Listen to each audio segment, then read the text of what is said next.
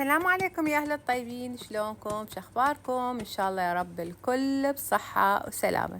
رجعنا لكم اليوم بفيديو جديد، واليوم الفيديو مالتنا يعني تشوفوه من بدايته خبز، واليوم تشريب باقلة، يعني يوم عراقي 100%.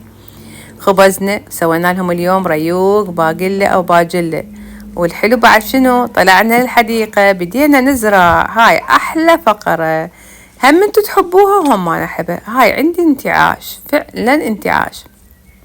حبايب قلبي، راح نبلش وياكم بزراعتنا وشنو راح نزرع أكيد، وكل شي نشرح لكم بالفيديو. بس شوية صبروا علي شوية شوية وراح أشرح لكم كل شي بالتفاصيل. يابا واليوم شنو عمي؟ اليوم يوم الدلال، واليوم يوم الشوي، لأن الجو اليوم عندنا حلو ويخبل. حبايب قلبي، اللي وصل لهنا يحط لنا اللايك يا ريت، وتجدد اشتراك بالقناة وتفعيل الجرس على الكل. طبعا دائما اقول لكم انا الباقلة اسويها بنصف ساعة تستوي عندي. راح تقولوا لي شلون معلاوي؟ احطها على النار، اكشفها ما اغطيها لحد ما تفور واغطيها. حسبوا لها نصف ساعة وتصير عندي تخبل. طبعا انا اكيد قبل يوم نقعتها لان هي يابسة. وهنا راح نعجن وراح نضيف اضافة للعجين. راح نسوي عندنا العجين يخبل. طبعا يوم ضفت له اسمر وابيض. بس حبايب راح ادخل وياكم موضوع قبل ما نكمل الفيديو. جبنا لكم فرصة عمل. طبعا دائما اشرح بهذا الموضوع يدخلوا لي بنات وبعدين يدخلوا لي متأخرين واقول لهم اكتفينا بالعدد. اليوم نزلت فيديو وراح اعطي مجال للبنات فرصة عمل من داخل البيت. دائما اقول لكم هاي الفرصة من داخل البيت بين اولادك وانت داخل بيتك. فرصة العمل هاي تشمل جميع النساء، جميع الاعمار حبايب قلبي، وجميع الدول.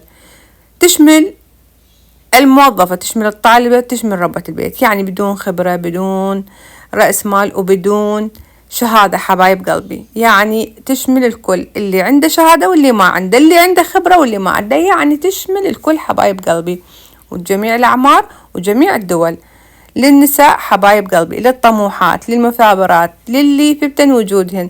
يلا تعالوا ويانا دخلوا هذا العمل بيه مميزات كلش حلوة، بيه سفرات مجانية، بيه جوائز ذهبية، بيه جوائز مالية، بيه جوائز كلش حلوة. والشغلة الثانية بيه تقاعد، وبيه راتب متوارث، وبيه راتب متنامي، يعني الراتب مالتك يزيد ما يقل. واكيد كل هاي التفاصيل راح تعرفوها شو وقت. تعالوا دخلوا ويانا. راح اخليكم باول تعليق رابط مثبت، دخلوا عليه رابط الواتساب. رجاء بنات، راح تقولوا لي شرحي لنا يا معلاوي ليش ما تشرحيه بالفيديو؟ لا، لان الشرح مالته كلش طويل ويرادنا طبعا فيديو كلش كبير.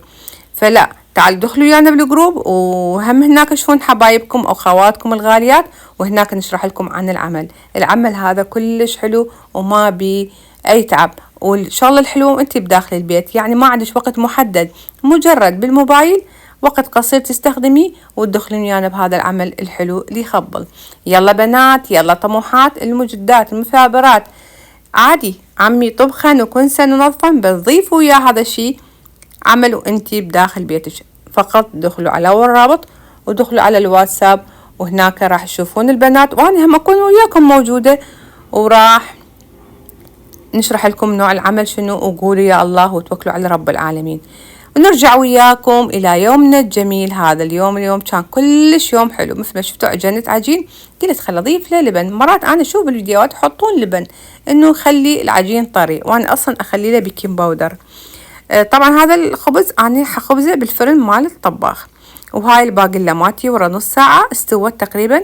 حطيت لها ملح، ما احط لها ملح بالبداية لان الملح يخلي هم البقوليات تتجزر. اني اتجزر العفو، سواء من البقوليات او اللحم ابد ما اخليه بالبداية. فتقريبا ما تستوي الا احط لها الملح. وهنا بدينا نشنق. شوفوا العجين اسمر، انا احب الخبز الاسمر، وراح ابدي اشنق وراح نبدي نخبز. فعلا هاي الملعقتين مال اللبن او الروبة قطت في الطراوة. طبعا لازم العجين تسوون بيه شوية لين حتى يكون عندكم الخبز طري ويخبل. وهسه راح نبدي نخبز. طبعا هذا الحكي انا من الصبح. شوفوا عمي بعد شنو اني شلوني قعدت من الصبح، اجنت هم كلهم نايمين، يعني قبل يوم قالوا لي باكر عاجبنا تشريب باقلة بالريوق.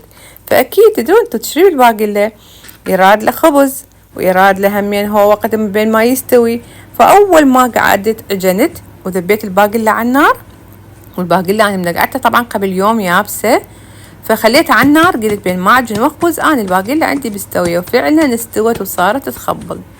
وهسه راح نبدي نخبز وياكم. قلت لكم هذا اليوم الخبز مالتي بالفرن. راح تقولوا لي معلاوة انتي ما عندش تنور؟ مرات بصراحة اتعاجز. وشغلة ثانية التنور بصراحة يسحب كلش كهرباء عالية، فافضل انه يعني اخبز فرن البيت. وباو عمي شلونه انتوا بس شوفوا شلونه، شوفوا هذا كنا خبز مال فرن مال الطباخ، مو كنا مال خبز مال تنور، هو غير يخبل. فالمهم حطينا خبزاتنا وهنا همين طبعا على صفحة قليت طماطة وبصل، ورحنا راح اخلي شوية زيت وراح اخلي زبد، الزبد الحيواني اللي هو كان دهن الحر، يعطي طعم للباقلة كلش طيب. فخلينا شوية زيت وراح نخلي زبد قلت لكم حيواني، او تريدون تحطون دهن شوية الباقلة بالدهن الحر، تدرون هي باقلة بالدهن الحر يا عمي شلونها غير تخبل.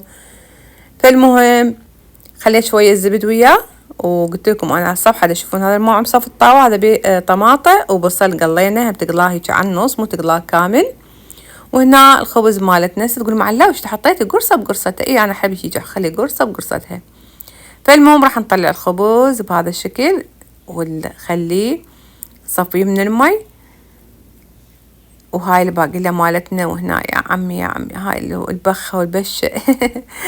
الدهن مالتنا بنحطها على الباقلة. طبعا حطيتها بهاي الصينية القزاز، بس حسيته انه يعني ما ماخذ راحته يعني قلت صار طبقة عالية وبعدين ما حياكلون زين. بعدين حولته بصينية شوية اكبر، وهنا بديت اوزع الطماطة والبصل داير مداير.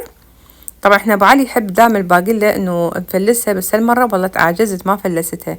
وبعدين هم قعدوا وقالوا يلا ماما نريد نتريق، يعني مو مرة اقعد افلس الباقلة. فعمي هي الباقلة تخبل، هي دا الباقلة دا تلزميها وتقشريها بيدك، يعني غير طعمها غير شكل عبالك.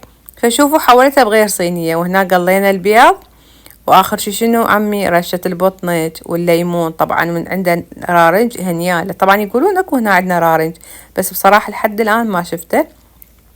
وهذا ريوقنا اللي يخبل شلونه يا عمي، شوفوا طبعا هذا كان ريوقنا مال يوم الأحد، كانوا عطلة هم كلهم قاعدين، فرادوا قالوا بما احنا قاعدين اليوم ما عندنا شغل سوينا ريوق باقلة أو باقلة. عمي باقلة حجة قدوري غير تخبل. شوفوا شلون ذايبة ذوبان، نص ساعة تستوي. وهسه طلعت للحديقة بما انه الجو حلو صار عندنا وبدا دفء، وبديت ازرع. هنا عندنا هاي الخشبات طبعا هو مال ابو البيت، فحلو عجبتني انه بيها حولتها بس بغير مكان، وحطينا تراب وحطينا بيها سماد وبديت ازرع. طبعا هذا الزرع انا اشتريته من الماركتات جاهز، انا عندي بذور بس بصراحة بعد مو البذور، فقلت لا خلي اشتري شتلات. فاشتريت مال فلفل احمر وفلفل احمر واصفر ونوعية 3 انواع فلفل اشتريت. فقلت خلي ازرعهن بهذه، لان بصراحة القاع مالتنا بعدنا ما مكمليها، يراد لها شغل كلش هواي. فبعد ما مكملة القاع قلت خلي ازرع هذني مؤقت بهاي الخشبات مالتنا. فبديت ازرع بهذا الشكل. وهاي هنا طبعا هاي الصفحة هذا المدخل مال البيت، هاي حديقة لوخ صغيرة اول ما تدخلون البيت. فهنا أنا زارعة بيها ابصال. وهاي ليلي سلم عليكم، ليلي يلا سلمي حبيبتي. سلم على متابعيني واهلي الغاليين. طبعا هنا أنا ابصال انا هم زرعتهم سنادين، فبصراحة طلعن عندي كبرا، فقلت خلي اجيب هنا ازرعهن. فزرعنا كملنا، شوفوا زرعتن بهذا الشكل. وجبت خس، بس الخس بعدني ما زارعته لان راد للخس شوية مكان كبير. بس زرعنا الخيار وزرعنا الفلفل وبهذا الشكل. وهسه بديت ارشه طبعا اكيد لان لازم نسقيه بعد الزرع اكيد، يعني الجو احنا هم شوية شمس يعني شوية حار، يعني مو حار كلش. وهنا عندي بصل، طبعا هذا البصل لو اقول لكم شنو قصة ما تصدقون. انا هذا جبته من ذاك البيت بوقتها كنت محتاجة بصل اخضر، ما اعرف شنو اسوي، قلت خلي اقطع كم وحدة وظلن بالحديقة سبحان الله ما ماتن. شوفون خضرات بعدن، هاي مال ذاك الحديقة. فقلت خلي ازرعهن يا عمي. واليوم شنو بعدين، بما انه احنا متريقين اليوم باقلة وريوق ثقيل، قلت لهم اليوم لازم مشويات.